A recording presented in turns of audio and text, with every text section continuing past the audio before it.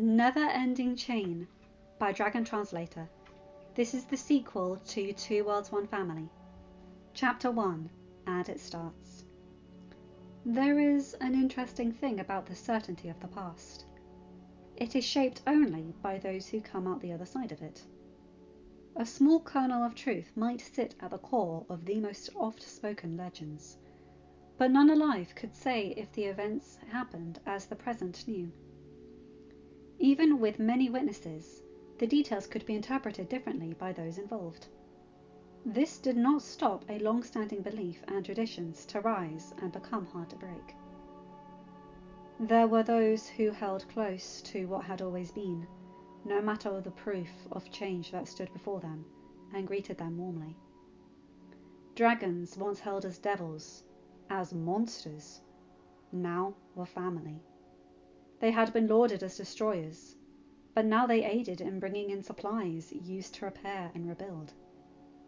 They had been seen as thieves, but now they gladly helped the hunters and fishermen and fisherwomen bring in food.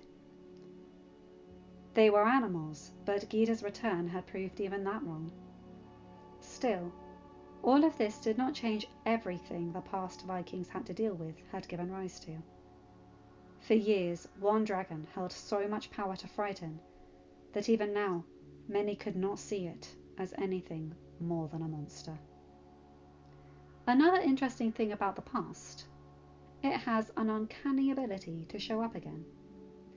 10 years had passed since Arvandil's fire roared across the skies. Every Berkian looked for its return.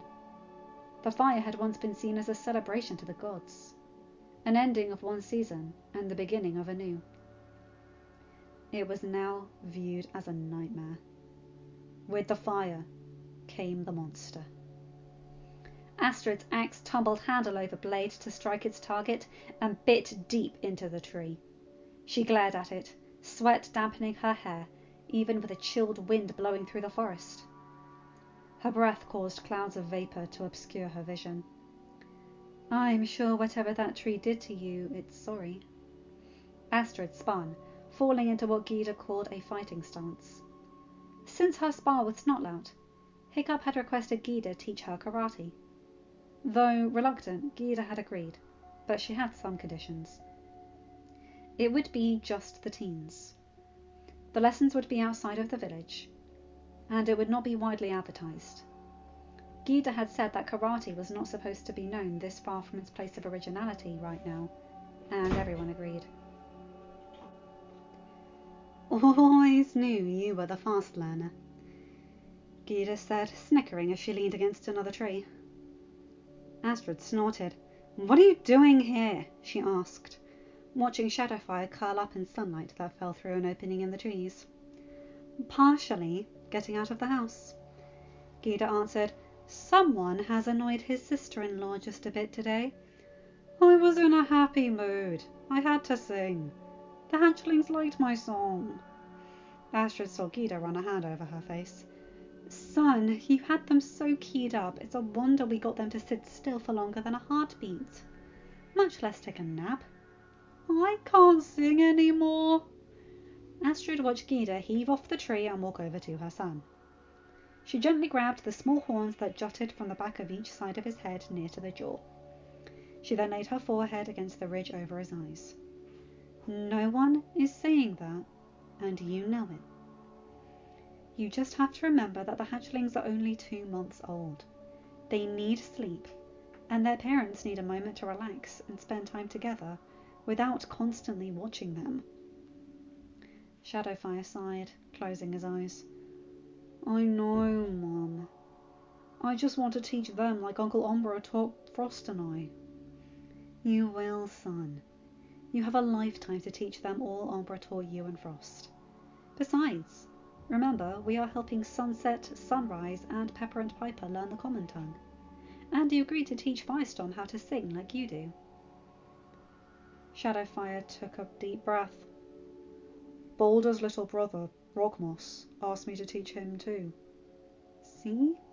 Gyda asked. Shadowfire smiled. Thanks, Mum. Gyda stepped away and turned. So, why are you out here? She asked, staring at Astrid. Astrid's eyes narrowed. You probably already know, she said, crossing her arms over her chest. Gyda tilted her head. Arvindil's fire. Astrid did not dignify that with an answer. The fire's return had been all anyone talked about, when they were not whispering platitudes or insults about her uncle's reaction to the monster it brought. She watched the mage sigh. Astrid, to the people that matter, your family's honour is not tainted, Gyda said. Astrid snorted.